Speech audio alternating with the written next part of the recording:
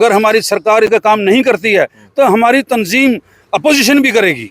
अच्छा, हम लोगों के लिए काम करते हैं, क्योंकि हम बीजेपी के लोग थोड़ी हैं। हमें कोई ठेके नहीं चाहिए, हमें कोई जाति मफाद नहीं चाहिए। हम लोगों के लिए लड़ेंगे। नेशनल कॉन्फ्रेंस की सरकार में, नेशनल कॉन्फ्रेंस के झंडे के तले हम लोगों के लिए लड़ते रहेंगे, अपोजिशन भी करेंगे और हुकूमत भी करेंगे। कल का ही आप ऑर्डर देखें सोशल वेलफेयर में, जहां बच्चियों की शादी के लिए, गरीब बच्चियों की शादी के लिए 50,000 मिलता था, जिसको करके 75,000 कर दिया है। तो ये एक होता है पॉपुलर गवर्नमेंट का निज़ाम, जो लोगों की चुनी हुई सरकार है, वो लोगों के हक में बात करती है, गरीब आवाम की हक की बात करती है। हम से इस समय डीसी ऑफिस रियासी में है और एनसी पार्टी की तरफ से डेलीगेशन जो आज डिप्टी कमिश्नर रियासी के साथ मुलाकात हुई है इनकी। सीनियर नेता भी है हमारे साथ, सारे मौजूद हैं, इनसे बातचीत करना चाहेंगे। किन मुद्दों पर इनकी जो है डिस्ट्रिक्ट कमिश्नर रियासी से जो है बातचीत हुई है।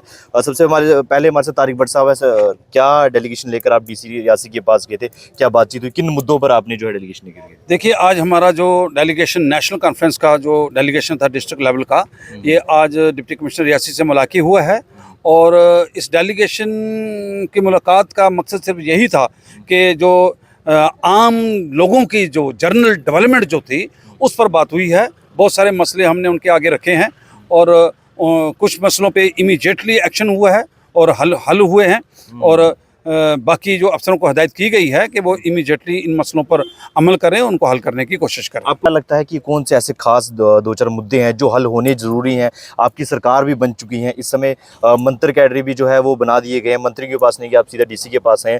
क्या लगता है डिस्ट्रिक्ट लेवल के ऐसे कौन से मुद्दे जो हल होना इस समय बहुत ज़रूरी है? देखिए, इस वक्त सब बहुत मसलों की तो भरमार है, लेकिन इस वक्त सबसे बड़ा मसला ये था कि यहाँ बंदूकें जो हैं, बंदूकों के लाइसेंस जो हैं, वो काफ़ी 3-3 साल से जो पेंडिंग पड़े हुए हैं। और हमने डी साहब से कहा कि ये जो जिनकी फार्मेलिटीज़ जो हैं वो पूरी हो चुकी हैं, उन्हें इमीडिएटली जो है वो रिन्यू किया जाए, ताकि उनका लाइसेंस जो है, जब उनका हथियार जो है वो वैलिड हो जाए। क्योंकि इस वक्त तक तो मतलब अनवैलिड वैलिड वो पड़े हुए हैं। अच्छा, फिर दूसरी बात ये थी कि रियासी के अंदर ये बंदर और कुत्तों की भरमार है, इनकी रोकथाम के लिए और ड्रग्स की रोकथाम के लिए। और मैं कहता हूँ बहुत सारे मसले हैं। युवाओं के रोजगार के लिए भी कोई बातचीत कर रही है? बिल्कुल, जो वो जहाँ जो कोंकण रेलवे के अंदर जो इन्होंने कुछ कंपनी हायर की हुई हैं जो सिक्योरिटी फराहम कर रही हैं, और वो कंपनियां जो क्या कर रही हैं वो बाहर से लोगों को लाकर भर्ती कर रही हैं। और हमने ये कहा कि बाहर से हम भर्ती नहीं होने देंगे, फिर उसमें प्रॉब्लम क्रिएट हो जाएगी। लिहाजा आप कोंकण रेलवे वालों को या उन कंपनी वालों को बुला करके ये कहें कि हमारे लोकल लोग, कम से कम गनमैन अगर इन्होंने कोई रखना हो, क्या वो भी यूपी बिहार का यहाँ पर रखा जाएगा? वो नहीं रखने देंगे हम। जाते वो कहते हैं कि हमारे पास वैकेंसी फुल है। अगर कोई गार्ड रखना हो, वो भी बाहर से नहीं रखने देंगे। हमारे पढ़े लिखे बच्चे, ग्रेजुएशन करके बच्चे, PhD करके बच्चे जो हैं वो हमारे तरबतर हैं, जिनका अगर वो गार्ड लगना चाहते हैं, अगर वो गनमैन लगना चाहते हैं, तो उनको रखा जाए पहले, जो हमारे लोकल हैं। इन चीज़ों पे जो है वो वहाँ पर बात हुई है।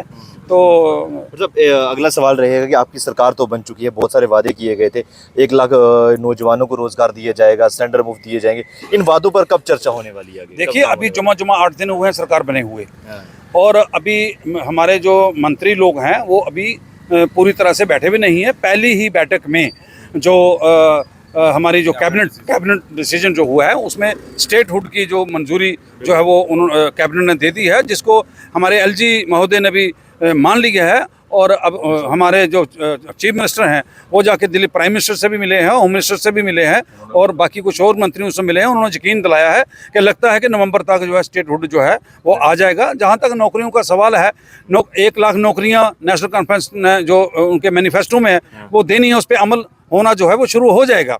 और आहिस्ता आहिस्ता ये होगा। अब 1 हफ्ते के अंदर ही सब कुछ नहीं होता है। पिछले 10 सालों में जो बिगड़ा हुआ माहौल है, इसको सुधारने के लिए थोड़ा बहुत टाइम लगेगा। और जो भी है, जहाँ 200 यूनिट बिजली लोगों को फ्री देनी है वो देंगे, जहाँ 12 सिलेंडर जो फ्री देने हैं वो देंगे 1 साल के। वो ये कोई बड़ी बात नहीं है। डॉक्टर फारूक अब्दुल्ला जब चीफ मिनिस्टर बने थे 1983 में, तो 1983 में 9.5 करोड़ रुपया धड़त बनती थी जम्मू कश्मीर के अंदर, जो धड़त वसूल की जाती थी। और doctor Farooq Abdullah chief minister बनने के बाद सबसे पहले वो धड़त खत्म कर दी थी। और 1984 में 9 करोड़ का मतलब आज अरबों रुपया है, तो वो उन्होंने ख़त्म कर दी। ये मसले हल करने को बड़ी बात नहीं है, ये हो जाएंगे। ये जनता के साथ जो वादे किए हुए हैं, नेशनल कॉन्फ्रेंस पूरे करेगी। इसमें कोई दो राय वाली बात नहीं है, ना ही कोई शक की बात नहीं है। हमेशा हमने देखा कि पिछले 10 सालों में आप हमेशा मुद्दे उठाया करते थे। अब एक सवाल और बन चुका है, जम्मू डिवीज़न में अगर बात करेंगे सबसे ज़्यादा एमएलए बीजेपी के हैं, सरकार आपकी है, ओपोजिशन में कौन रहेगा ये अलग सा सवाल है। ओपोजिशन में क्या रहेगा अगर आपका काम नहीं होंगे, क्या सरकार के खिलाफ आप तब भी आवाज़ उठाएंगे? देखिए मेरी बात सुनिए, नेशनल कॉन्फ्रेंस एक तंजीम है, एक तारीख है, एक हिस्ट्री है। नेशनल कॉन्फ्रेंस का काम है लोगों के मसलों को उजागर करना, सरकार का काम है लोगों के मसलों को हल करना। अगर हमारी सरकार इसमें कोई कहीं कोई ऐसा काम करती है कि काम नहीं करती है, तो हमारी तंजीम अपोजिशन भी करेगी। अच्छा, हम लोगों के लिए काम करते हैं, क्योंकि हम बीजेपी के लोग थोड़ी हैं। हमें कोई ठेके नहीं चाहिए, हमें कोई जाति मफाद नहीं चाहिए। हम लोगों के लिए लड़ेंगे। नेशनल कॉन्फ्रेंस की सरकार में, नेशनल कॉन्फ्रेंस के झंडे के तले हम लोगों के लिए लड़ते रहेंगे, अपोजिशन भी करेंगे और हुकूमत भी करेंगे। ये हमारी पार्टी का एक आइन है। चलिए बहुत बहुत शुक्रिया। हमारे साथ नेशनल कॉन्फ्रेंस के प्रेसिडेंट हमारे साथ जो है राजकुमार सरपंच डिस्ट्रिक्ट प्रेसिडेंट है। सर क्या लगता है कि अब जो आने वाला समय जो किस तरीके की बेहतरी की जाएगी, आने वाले 5 साल हैं, आप डिस्ट्रिक्ट प्रेसिडेंट हैं, किन मुद्दों पर आपको लगता है कि बहुत ज़्यादा ज़रूरत है रियासी में हल होनी ज़रूरी है? देखो, पहले यहाँ पे जो गवर्नर राज था उस पे लोगों को सुना नहीं जाता था, लोगों के हक की बातें नहीं होती थी। लेकिन आज आप देखें, पिछले एक हफ्ते में सरकार ने जिस किस्म का काम करना शुरू किया है, पिछले कल का ही आप आर्डर देखें सोशल वेलफेयर में, जहाँ बच्चियों की शादी के लिए, गरीब बच्चियों की शादी के लिए 50,000 मिलता था, जिसको करके 75,000 कर दिया है। तो ये एक होता है पॉपुलर गवर्नमेंट का निज़ाम, जो लोगों की चुनी हुई सरकार है, वो लोगों के हक में बात करती है, गरीब आवाम की हक की बात करती है।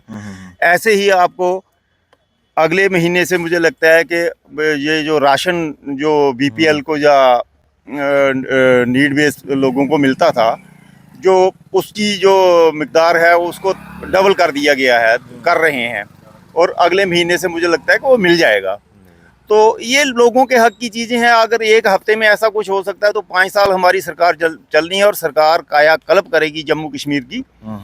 और मैं ये समझता हूँ कि तमाम आवाम के हक की जो बातें होंगी वो इस सरकार के द्वारा हम लोग हल करने की कोशिश करेंगे। पंचायती राज के इलेक्शन जो है होने वाले हैं, पंचायत की अगर हम बात करेंगे तो डिलिमिटेशन की भी कुछ लोगों ने आवाज़ उठाई है कि छोटी छोटी म्यूनसिपैलिटीज़ के अंदर जो है एरिया जो आने चाहिए।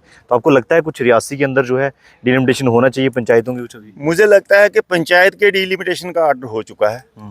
पंचायत की जो डिलिमिटेशन होनी है, रोटेशन भी है, जिसमें रिजर्वेशन लोगों क्या रुझान, लोग चाहते हैं होने चाहिए? बिल्कुल लोग चाहते हैं। लोग तो चाहते हैं कि जो चीज़ आज रिजर्व चल रही है, पिछले टर्नओवर से रिजर्व चलती आ रही है, तो लोग तो चाहते हैं कि इसको रोटेट होना चाहिए। अगर इस बार ये कंस्टिट्यूंसी थी तो अगली बार दूसरी होनी चाहिए। ऐसे भी अगर कहीं कोई पंचायत बड़ी है तो उसमें पॉपुलेशन ज़्यादा है तो उसकी भी हदबंदी होनी चाहिए। और ऐसा आर्डर आ गया है, डिप्टी कमिश्नर से हमारी बात हुई है, उनके पास आर्डर ये पहुंच चुका है। तो मुझे लगता है वो अनकरीब ये होने जा रहे हैं। और टाउन एरिया की बात भी हुई है कि हमारी कौंसिल जो बन गई है इसकी भी हदबंदी की जानी चाहिए। लेकिन इसका अभी फार्मली आर्डर सरकार की तरफ से नहीं इनके पास आया है हदबंदी का। तो जैसे ही वो आर्डर भी आता है उसके इलेक्शन से पहले मुझे लगता है कि जरूर कुछ ना कुछ उस पर भी किया जाएगा। चलिए बहुत बहुत शुक्रिया। तो ये एनसी पार्टी के कुछ कार्यकर्ता थे जो डेलीगेशन लेकर आज डिप्टी कमिश्नर रियासी से मुलाकात हुई है। देखते रहे बहबूद हिंद। जय हिंद, जय भारत।